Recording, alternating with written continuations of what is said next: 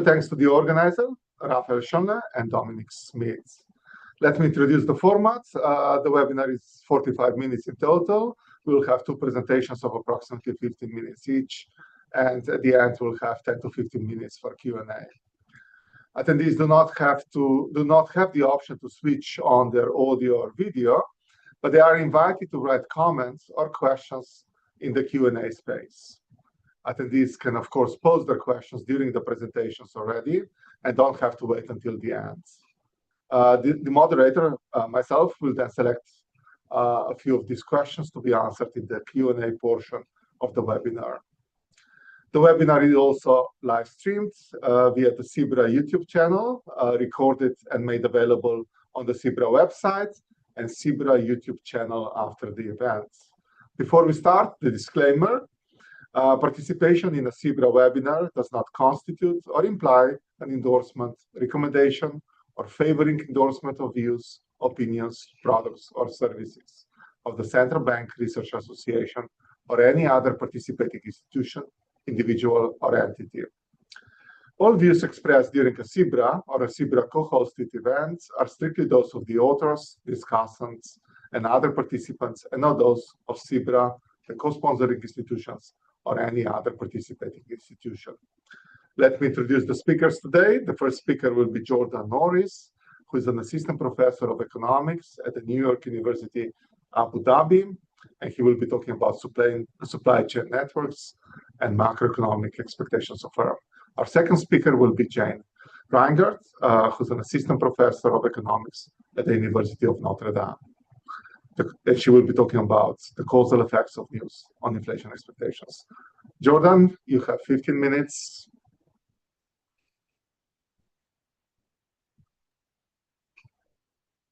Okay, sounds good. Yep. Okay, hi everyone. Good evening from Abu Dhabi.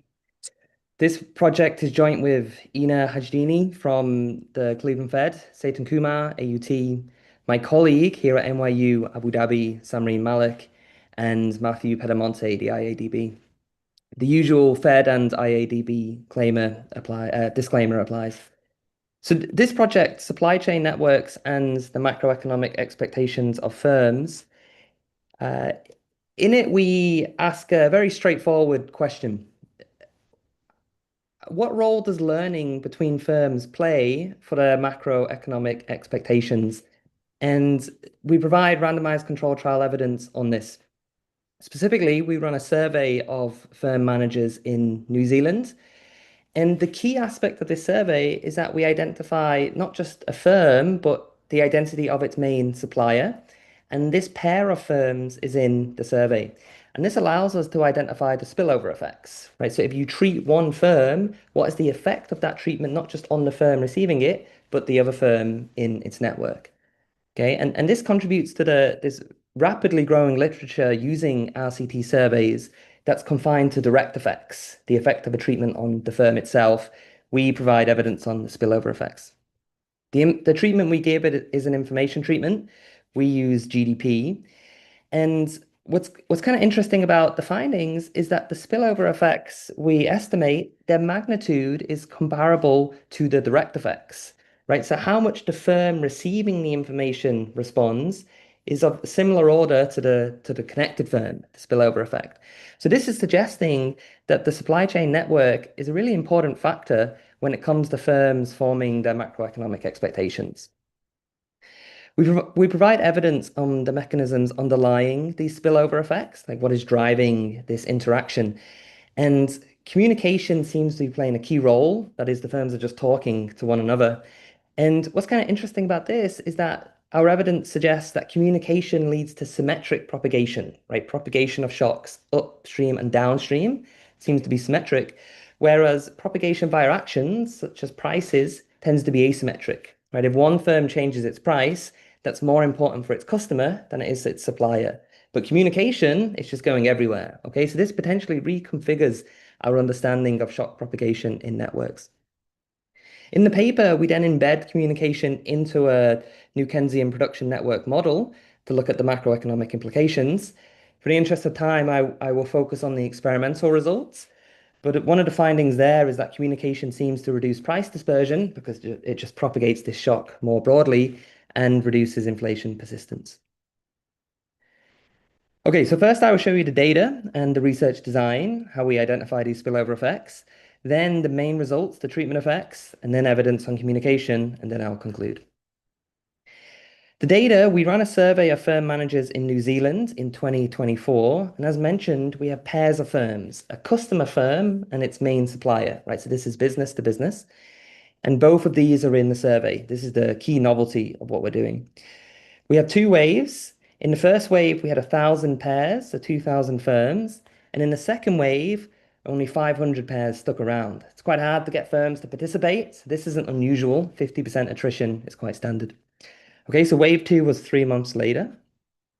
We separated these waves by 3 months to allow firms time to update their actions and for information to diffuse, right? You want to give enough time for these firms to interact with one another.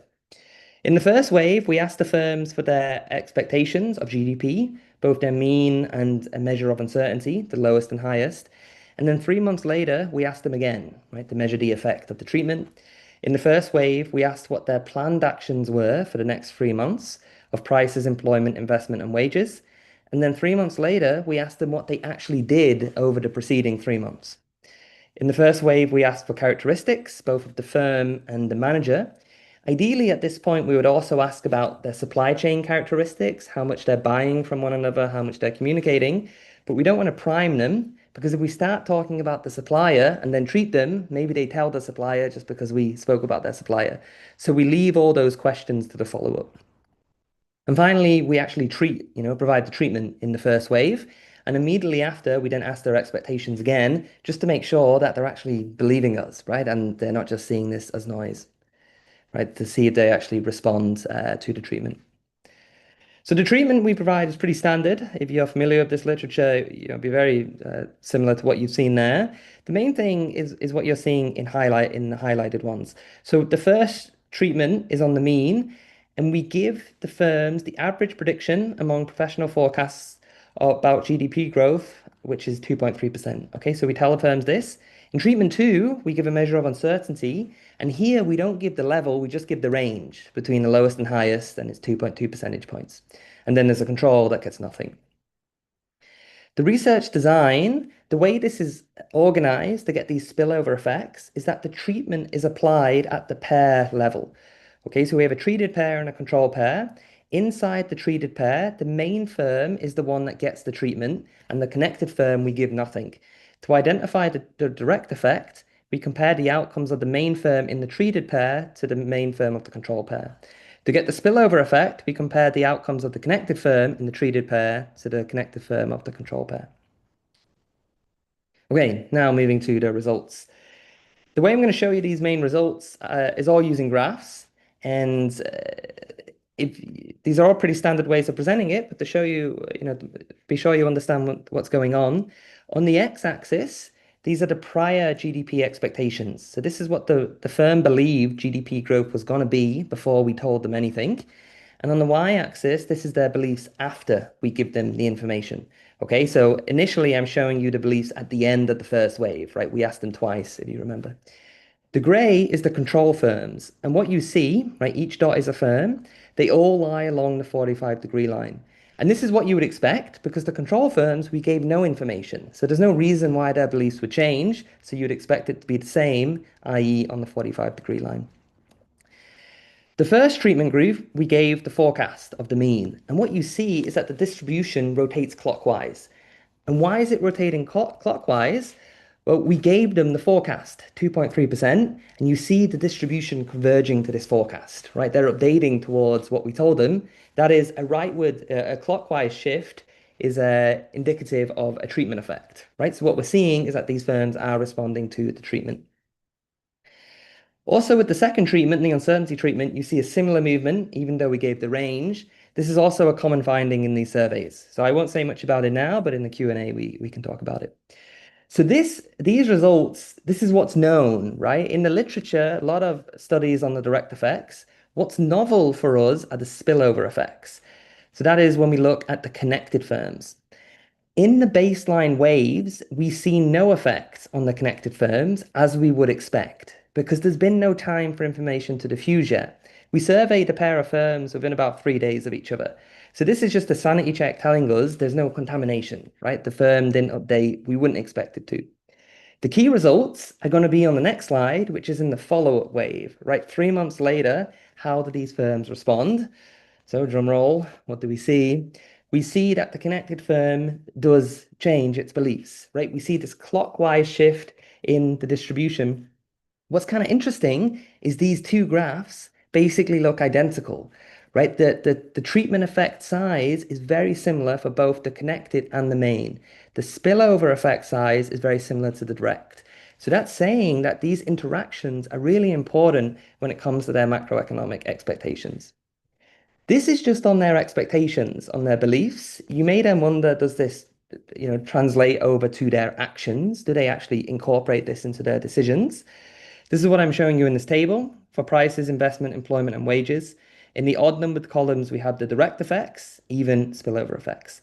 So what you see is if you regress these actions on the treatment, you see for the direct effects, a significant effect. This is what we'd expect, very standard finding in the literature. What's novel is that we also find spillover effects on the actions. So not only did these two firms, learn from one another, but they then incorporate that into their decisions and they change what they did over the 3 months. Right? There's some real effect of this interaction. So what's underlying this interaction? Can we help explain, how this works? How are they learning from one another? That is, we want to understand how does the beliefs of the main firm transmit to the beliefs of the connected firm? And there are two broad ways this could work. One could be communication, right? The main firm just talks to the connected firm and tells them about GDP. But also, we know from the previous table, the main firm changed its prices, its investment, and so on. And the connected firm, having observed these changes, might then infer something about the aggregate state, right? Maybe they become more optimistic and think GDP is increasing. This second channel has gained a recent attention in the literature, firms inferring information about aggregate states from prices, for instance. But this first channel of communication seems novel in the context of firms. There's research on this in households and social networks. We want to see if there's any detectable effect here between firms. To provide evidence on this, we provide three pieces. And the short story of all this is communication seems to be driving it. The first piece of evidence is that we just asked firms. In the follow-up wave, we asked, how many times did you talk with the other firm in your pair about GDP over the past 3 months? And I'm showing you the distribution of responses. In red is the control, in gray and black is the treated. And what you see is that the treated has a clear rightward shift than the control, right? The treated firms are talking more about GDP than the control. You can test for statistical differences in this, and it's significant. Okay, so they're telling us they're talking more about GDP. Now, this is self-reported. Maybe you don't believe this for some reason. So we also use the data from the experiment to provide some supplementary evidence. Here, what I'm doing is regressing the beliefs of the connected firm on the beliefs of the main firm and the actions of the main firm, right? And you can instrument these with the treatment, so you don't have to worry about endogeneity. And you want to see which it loads on. And what we see is that the beliefs of the connected loads on the beliefs of the main firm. It doesn't load on the actions. If the connected firm was learning from observing the price, say, you would expect it to load on the price, but it doesn't. Instead, it loads on the beliefs, suggesting the connected is observing the beliefs of the main firm. And how do you observe a belief? Well, presumably you talk about it, you communicate in some way, right? And so this is why we think this provides evidence about communication. Interestingly, if you were to run this regression without the beliefs in there, then the connected firm's beliefs do load on the actions of the main firm, right? So this is a caution to researchers that run these types of regressions where they don't have the beliefs in there. You might incorrectly infer that firms are updating expectations based on actions, when in reality, they might be communicating. We also did this for their uncertainty beliefs rather than the mean, and you see similar effects. Okay, it's all loading on the beliefs, not on the actions. The final piece of evidence is a little more indirect. We looked at the symmetry in the spillover effects, whether the spillover effect is the same if it flows downstream versus upstream. So in the pair, we only treated the main firm, but we randomized whether the main firm was the supplier or the customer. So this allows you to test the spillover effect going upstream versus downstream. And what you see, without going into too much detail about the table, is you see very little, right? You don't see many stars here at all.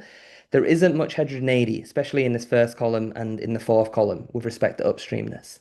Okay, so it looks like the propagation via communication, in our case, is symmetric. And this is evidence against propagation via actions because this tends to be asymmetric. There's a large literature on this, right? A firm changing its price is much more important for its customer firm than its supplier firm.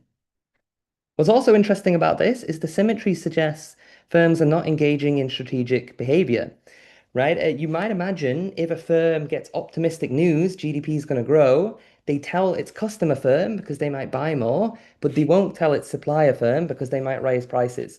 But we find symmetric effects suggesting there is no strategic disclosure, which you may not have expected. Okay, so in the final minute, I conclude. In this project, we provide experimental evidence on the spillover effects in macroeconomic expectations between a firm and its main supplier. We find large spillover effects both on expectations and actions. Okay, and by large, we mean comparable in magnitude to the direct effects. Okay, so it seems like these interactions are quite important when it comes to the formation of macroeconomic expectations. We reveal communication to be a key mechanism that's underlying these effects. And this is distinct to some of the more standard propagation mechanisms, such as via prices, because it flows symmetrically in the supply chain. I didn't talk about the model, but we look at macroeconomic implications there, one thing being inflation persistence. But the final thing I'll mention is that what this suggests for future research, at least, is given that firms seem to communicate, if central bankers say want to anchor expectations, maybe they do not need to try and communicate this information to everyone. They just need to tell a few key central firms in the network, and they will tell everyone else on your behalf. Okay, thank you very much. Thank you very much, Jordan. We'll now move to our second presenter, Jane. You have 15 minutes. Thank you.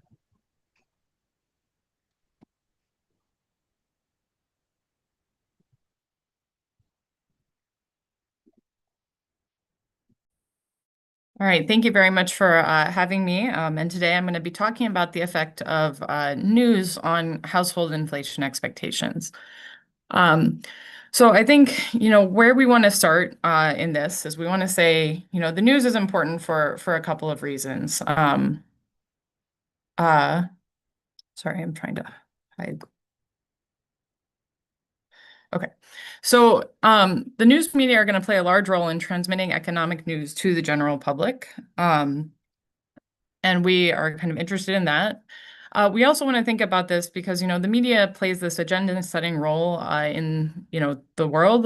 They influence the salience of different public issues, and this potentially has an influence on both households and on the decision of policymakers. So we're going to ask here kind of this broad question that is, what is the effect of the news media on household inflation expectations? And there's a couple ways that you can kind of think about this. So we're going to speak a little bit to both of these, right? We could imagine the effect of coverage as being, when the news talks about inflation more, do people register inflation more? And perhaps do their inflation expectations trend up or down or something like this, right? So basically, can the news influence expectations just by talking about it? This kind of doesn't have as much of an information angle as the second notion of how the news might affect inflation expectations, which is when macroeconomic news happens, right? Like, let's say there's information about the level of inflation that suddenly becomes publicly available. Like, how effectively does the media communicate this news to the public? And does this news actually reach household inflation expectations? So we're going to be thinking about both of these. We don't have very much time today, so I'm just showing you some of our data and just a little bit on the way that we're thinking about this problem. But what we have is daily mentions of inflation on cable news and a daily series of inflation expectations. And we're going to use data from 2021 to 2024, the high inflation period, to kind of think about the causal effect of media chatter on inflation expectations during this period where attention to inflation was high. Okay, so this is just a snapshot of our data. On the left here, we have the daily inflation expectation. This is a daily median that is taken from the New York Fed's year ahead series of inflation expectations. So this is typically presented as a monthly survey, but we've shown in some of our prior work that the survey is conducted throughout the month, that you have a decent number of responses on each day, and that the survey composition looks approximately similar throughout the month as well. So what we do here is we take the median expectation on each day. You can see that this is quite noisy, but there is definitely some signal in the noise as well, and we're going to argue that there is signal in these daily data. And then on the right, we have the daily inflation coverage from kind of three major networks in the US. This is Fox, CNN, and MSNBC. So this is from the Stanford TV News Analyzer. This records the number of seconds that a particular word is said. Okay, so if you think about inflation as taking approximately 1 second to say, this tells you the number of times that inflation was said on these three stations on a particular day. So just to highlight some of the challenge of these data and kind of the question that we want to ask, we're looking at the quantity of the news rather than the content. So we're interested in the dynamic response of expectations at high frequencies to the news. Okay, so look at this this kind of local projection equation here, right? We have news on some date T, that's a day.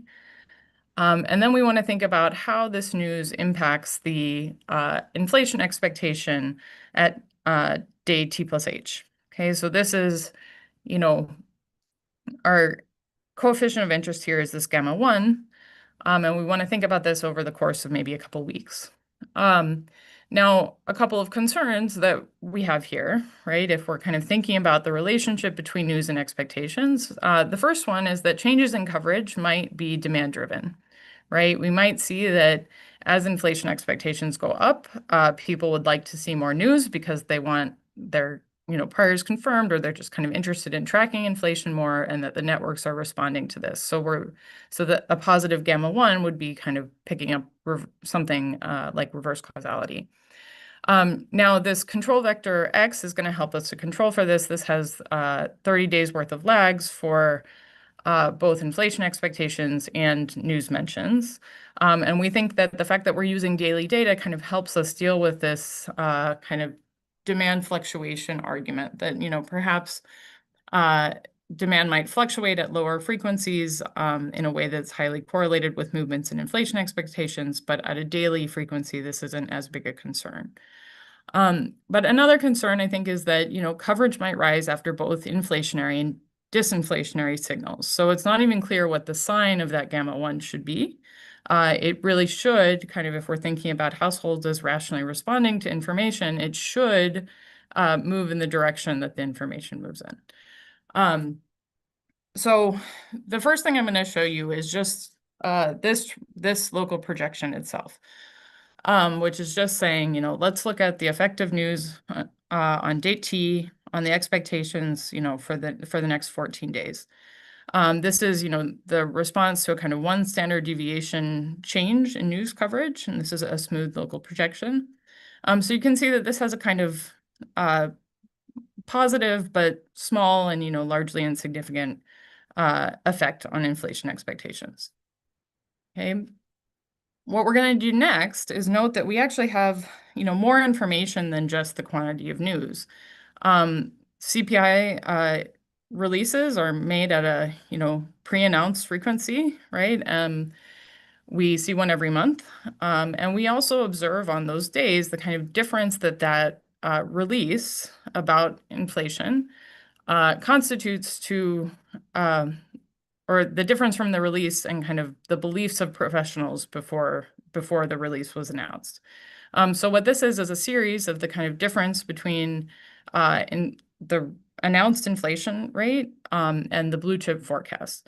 And we're just going to use the signs of these. We're just going to say, let's look at just kind of positive or negative news about inflation, and let's see what we find in terms of how inflation responds to news on days where we have inflationary or disinflationary signals.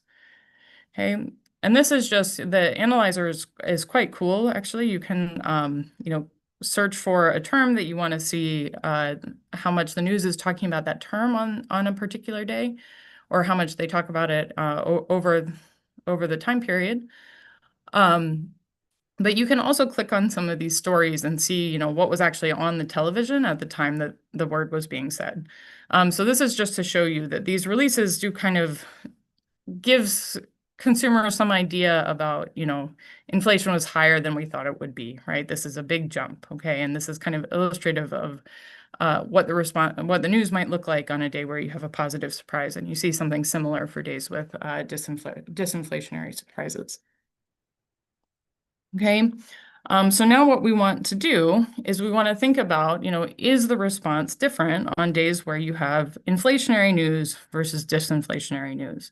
Okay, so if you have, we set up that same local projection, but now we add this additional coefficient that's interacting news with a dummy for some category, right? And here we're going to think about the category as being a place where, being one of two categories, did news surprise consumers on the upside, or the professionals on the upside, or did it surprise the professionals on the downside? So was inflation higher than we thought it would be, or was it lower than we thought it would be? And we want to, so that gamma 1 is just telling you the baseline of effect of news coverage on any given day. And then this, that gamma 1, and then that gamma 1 plus C is going to give you kind of the additional effect of coverage on days where we had this kind of definitively positive or definitively negative news. And what I'm going to show you is the IRF of gamma 1 plus gamma 1 for the relevant category. I think this is quite interesting.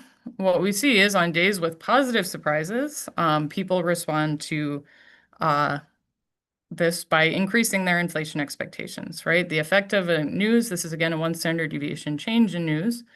The effect of a 1 standard deviation change in news mentions is that, inflation expectations go up on the days where the information would potentially drive expectations up. Okay, and on days where the information is disinflationary, we see the opposite. What's also kind of interesting is the asymmetry here, that we see that people respond to this kind of bad news more than they respond to the good news.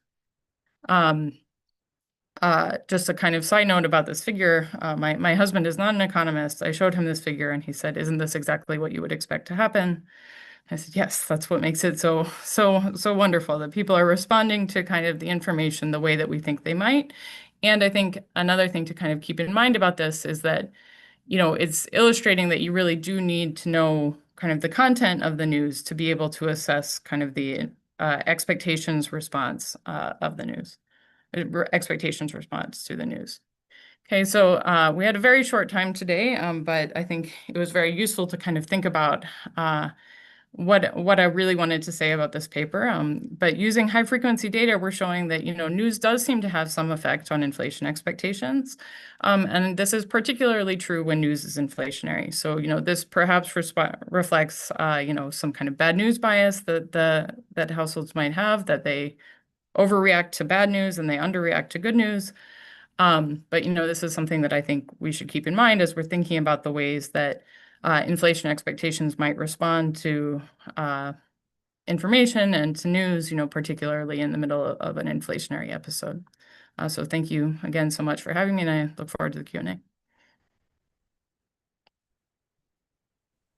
Thank you very much, Jane. Yeah, we have received a few questions. Maybe we start with questions for Jordan. Jordan, one of the questions that Dominic posed is, do you have any information about how many customers your suppliers have, and does the number of customers influence your results? And sort of related question is whether the size of the customer or the relation, the main firm sort of influences the result. So his thinking was that, if you talk to Walmart and Walmart is telling you that inflation or GDP in this case would be much higher, you will take it more seriously than when a small supplier tells you that that GDP will be higher. Yes. Yes, we had the exact same thinking. And in that table in the fact three about communication, one of those columns was number of connections. I didn't mention it, but we didn't find any heterogeneity there. Um, we looked at a range of stuff that we had. We had market share of the firms to get a sense of their size, and really very little heterogeneity we would find. Though it's also hard to know if we're just underpowered because we're already, you're having to split the sample. And yeah, so my response is we don't find any evidence of this. But more generally, maybe with a bigger sample you might, but we didn't. Yeah. Yeah, another question for Jordan is about the dynamics of the communication. So do you think you had a follow-up 3 months after the survey? Do you think when does this communication occur? Do you have any sense whether it occurs immediately after or after 3 months? What would happen if you had a follow-up that you waited longer? Would you see still significant effects? So this is one part of the question. And the second part is that whether the geography of the firms matter. And my interpretation of this question is if they're closer together, does it, geographically, does it matter? Or if they're further apart? Yeah. Yeah, on the dynamics, we don't know. There are a number of interesting questions that have arisen from this now. I really wish I was in the room for the conversations about what they would have. But the answer is we don't know. I mean, if you look in the literature, some of these studies have given it 6 months, but that's the direct effect. But you still can see some effects 6 months later. We chose 3 months because it looked like that's where most of the action would be. But yeah, it's an interesting question. I don't know. I really don't know about these dynamics because we don't have the data. On the geography and sectors, we did run a specification looking at geography. We have the zip codes. And there we didn't find, so we looked whether two pairs were in the same zip code and if there was a spillover effect between the pairs, this type of thing, and we didn't find any effect there. We could do heterogeneity within the pair. Maybe that's more what you're getting at. I haven't tried that. That's something I can try. Yeah, and then the sector one, uh, yeah, I don't know if I ran within the same sector. It's also something we could try. Yeah. Thank you. Yeah. Okay. Yes, I actually had a kind of question following up on this communication, right? So, one thing that you showed was that the control group shows that they really don't communicate with their paired firm in the months following the survey. So, I wonder if this says something about, the communication being prompted by the survey. I could imagine a situation in which, a connected firm and we both know that we're taking a survey. I mentioned like, oh, did they tell you this thing about GDP? That's kind of wild, right? But then this is not what we see when we kind of actually move to production networks, that if I read about GDP in the news, I don't necessarily mention it to my connected firm, and just how you've kind of thought about how that might change your interpretation of your results, or what caution you might add if something like that was going on. Yeah, it's a fair concern. One thing to say is that the firms don't know that they both participated, right? They could figure it out if they asked, but they have many suppliers, so how likely is it they? So I don't know. I mean, it's possible some of the firms might do that. Regarding the amount they communicate in the control, 30% of the control said they communicated about GDP at least once. So that red graph, it was less, but still 30% or at least once. We also asked about other communication about product and industry and just economy more broadly. And firms are reporting communicating on these things. So they're not communicating already about related things. But you're right. I mean, I mean, you have to be careful how you interpret the treatment effect. And that's the same with all RCTs because it's not just the effect of information, it's also the effect of the survey. And it's hard to disentangle them. So that's true. That's a limitation, but this is true of all RCTs. And you just have to be a bit careful with that. Yeah.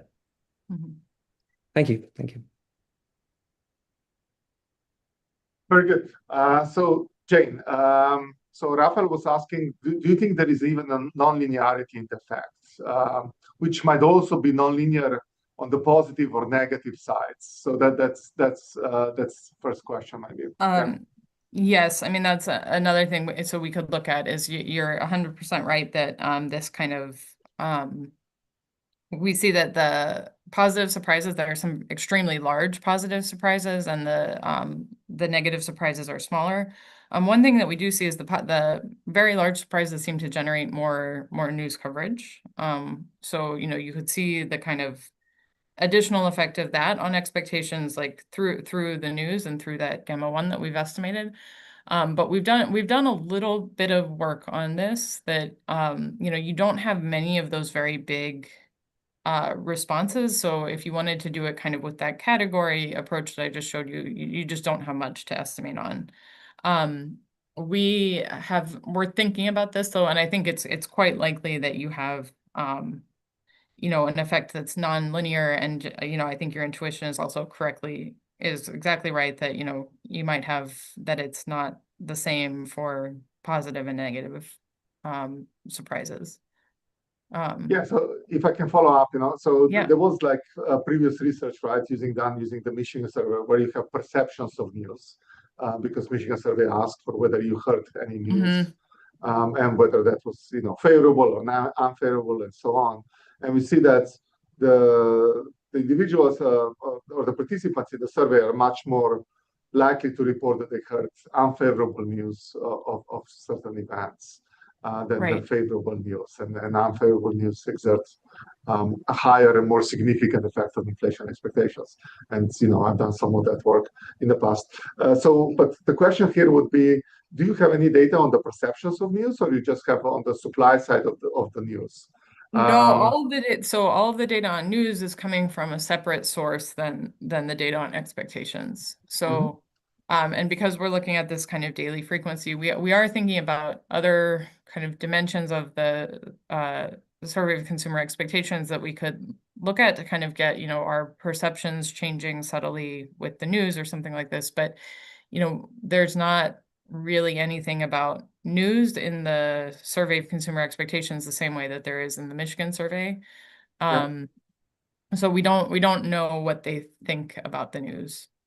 But for example, there are also news that you can gather the frequency of news in the main newspapers to complement the analysis. There is these data sources where you can check, the news from the New York Times, the news from Washington Post, and you can see the frequency of news there as well. That's right. There is a question, which news resonate more, or which one is it? And perhaps one option would be to look at that as well. Yeah. I agree, and I think that we aren't, we're not working for cable news. We're not arguing that the cable news is the most informative source, right? We're kind of, I think of it as, if the news in the newspaper is kind of increasing proportionately with this cable news, the measure that we have is a reasonably good proxy of news chatter in general. So, it's possible that there may be substantial differences in the way that, one news source covers versus the other. But, if they're both going up kind of in response to the same things, we're kind of thinking about news more generally, and the cable mentions are really just a proxy. I do remember a paper, maybe 10 years ago that compared both of them. They had cable news and newspaper news. I don't remember the results, unfortunately, but anyway. So there was another question for you, Jay, is what models do you think match your findings well? Also, do you think there might be effects of your news measure on other expectations, like investment decisions, wages, or any other outcome variables? Let's put it this way.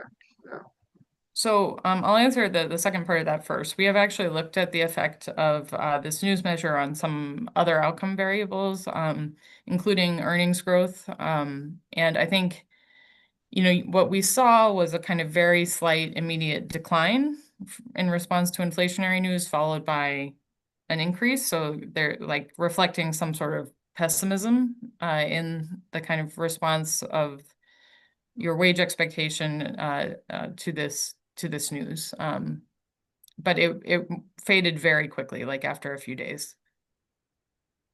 And then the other one, what kind of model matches the findings well? We're kind of playing around with actually modeling kind of how what it is that the salience of the news conveys to the consumer, right? So you could think of like a basic like noisy information model in which the news is signaling to the consumer with the amount of coverage that they have something truly novel and that therefore merits an actual update. So, if you thought about the quantity of news suggesting something like, your common gain should be higher in this period, that might be something that we could think of. Very good. Any other questions from I think any Jordan other has his hand up. participant? Yeah, Jordan, yes. Good. Yeah, one of the interesting things I found, because this is a high inflationary environment and still finding effects, and various research has shown people are less attentive in these environments, but maybe it makes sense in yours because you have such high frequency data and there are still surprises. And I just wonder if you thought about that. Maybe there's like an angle about it's not that in a high inflationary environment people don't pay attention. It's just you need really good data to see it because Yeah. you're gonna learn so quickly and you just won't detect it. Yeah. I think that's quite likely right. I mean, I think there's a couple different ways that you could look at the fact that, we're looking at this high inflation environment, right? You might say this only kind of matters inside this high inflationary environment. It might mean kind of what you're saying that, maybe you're only going to detect these changes at extremely high frequencies. And I think that's, much of the research that kind of looks at the effect of news outside of RCTs, like they're constrained by lower frequency analysis, right? Like if you did this on a monthly level, I don't know how much you would see. I think the daily frequency is really critical to being able to say anything in these data. But yeah, I think, the other thing about the high inflation environment is, I think that you could look at this as posing certain limitations, that this is really only relevant about the effect of inflation news for high inflation environments. But I also think I want to say, as a takeaway from our paper, that I also think that this is the time when it's the most important to think about this causal effect, when the inflationary environment is high and these expectations are kind of at risk of moving potentially a lot. But can you do it in a low inflationary environment? Like, do you have the data? Do you not find? We do, and you don't see much, which I think is kind of refreshing. I mean, the surprises are also smaller in those periods, right? In general, if the inflation environment is low, the professionals get it right more often. So, our excellent forecasters are failing us in the low inflation environment. I see. Can I answer this last question from Dominic? Because it's a fun one. Yeah. So, please do answer the last one. Do you see any variation across cable stations? So, because I have to repeat it because not everyone sees that. Do you see variation across cable stations in terms of their coverage of inflation, and how much does this contribute to partisan divides in the perceptions of the economy? So there are definitely variations in cable stations in terms of the coverage, particularly of inflationary surprises. And one of the reasons, aside from the high inflation environment, but we wanted to limit ourselves to a single presidential administration, so that, we had, within a station, the station was kind of behaving consistently in their response to the news.